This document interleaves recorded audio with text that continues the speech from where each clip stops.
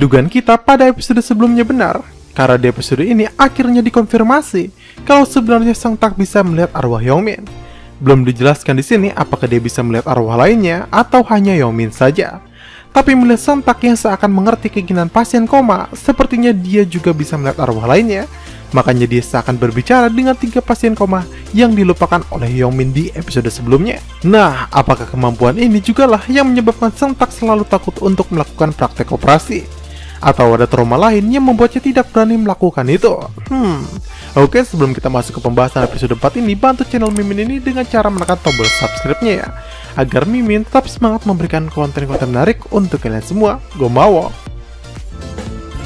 Setelah Yongmin berhasil masuk kembali ke tubuh Sang Tak, akhirnya mereka berhasil menyelamatkan ibu tua yang menabrak mereka dengan melakukan operasi menggunakan alat-alat seadanya, karena harus dilakukan sesegera mungkin. Dan ketika ibu itu berhasil dibawa ke rumah sakit, semua dokter terpukau karena Sang Tak bisa dengan tepat mendiagnosis pasien, termasuk mengoperasi dengan alat-alat yang ada di kedai kimchi. Apalagi proses pemindahan penyumbatan darah dalam hanya dengan sebuah sedotan. Nah, kemudian saat Sang Tak berbicara empat mata dengan Sujong, ia mengatakan bahwa Sujong harus membeli minuman berwarna biru karena rasanya lebih enak. Jelas Yongmin yang mendengarnya menjadi curiga kalau Sang Tak selama ini bisa melihatnya, karena sebelumnya Yongmin pernah mengatakan kalau minuman biru itu rasanya lebih enak. Di saat tim dokter mengecek kondisi para pasien, ada salah satu pasien yang membuat Yongmin merasa tidak enak hati.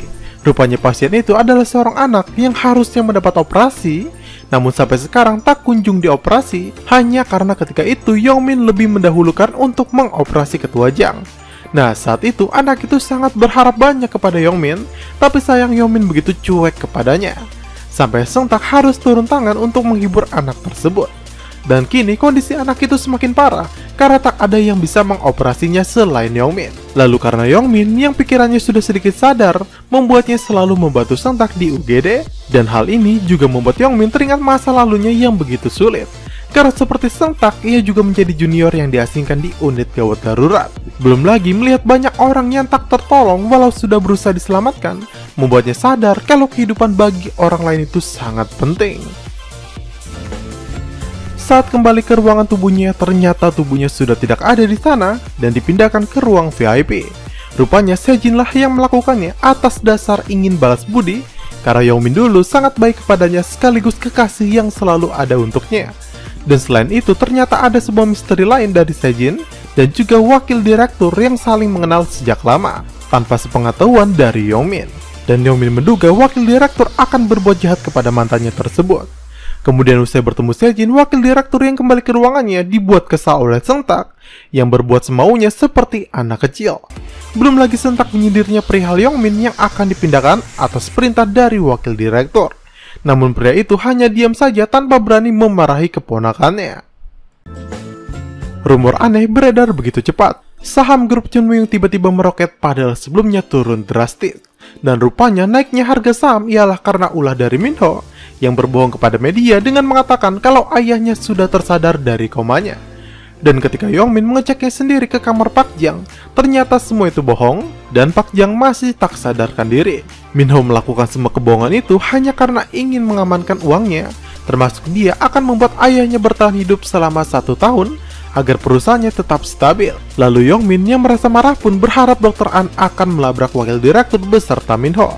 Tapi ternyata anggapannya salah, karena ternyata Dr. An adalah anjing peliharaan 2 konglomerat tersebut. Yongmin yang marah pun terus mengikutinya sambil memaki Dr. An, sampai akhirnya Dr. An mengatakan kalau semua ini terjadi juga karena Yongmin. Andai saja Yongmin tidak berbuat sombong dan angkuh dengan mengoperasi yang tingkat keberhasilannya rendah seperti ketua Jang, pasti semuanya tidak akan terjadi.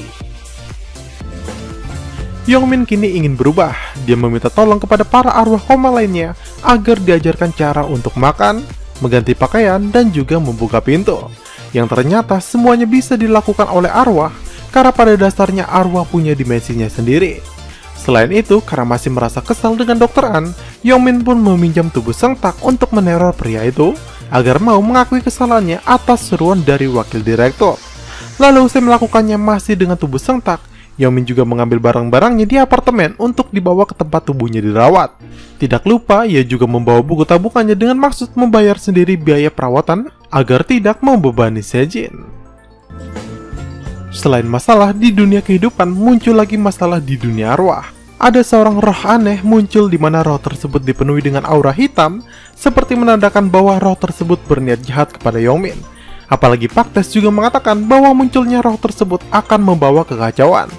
Sedangkan di sisi lain, Seong Tak kedatangan pasien gawat darurat baru yang terkena tamponade jantung, dan pasien itu harus segera dioperasi. Dan konyolnya, Dr. An malah menyuruh Seong Tak untuk bersamanya mengoperasi pasien tersebut. Dan hal ini pun membuat Yongmin kesal, karena bagaimana bisa Dr. An menyuruh dokter tahun pertama yang tanpa pengalaman untuk melakukan operasi sulit. Dan bodohnya lagi, Seong Tak malah menerima tawaran itu hanya karena merasa kasihan dengan keluarga korban, yang membuat Yongmin merasa kesal dan hendak melepaskan semuanya kepada Seong Tak sendiri. Namun tiba-tiba pemikirannya berubah akan membantu Seong Tak, karena rupanya semua adalah jebakan, di mana Seong Tak sedang dijebak oleh Dr. An atas suruhan wakil direktur yang berharap Seong Tak melakukan kesalahan dalam operasinya tersebut. Dan ketika di ruang operasi, Yongmin kembali ragu karena dia tidak ingin sering masuk ke dalam tubuh Seong Tak, atau dia tidak akan bisa kembali ke tubuhnya lagi. Tapi tiba-tiba Seong Tak menghadap ke arahnya dan berbicara kepadanya agar Yongmin membantunya dalam operasi tersebut. Rupanya selama ini Seong Tak bisa melihat Yongmin dan dia berpura-pura tidak tahu dengan keberadaan Yongmin. Dan episode ini pun berakhir sampai di sini.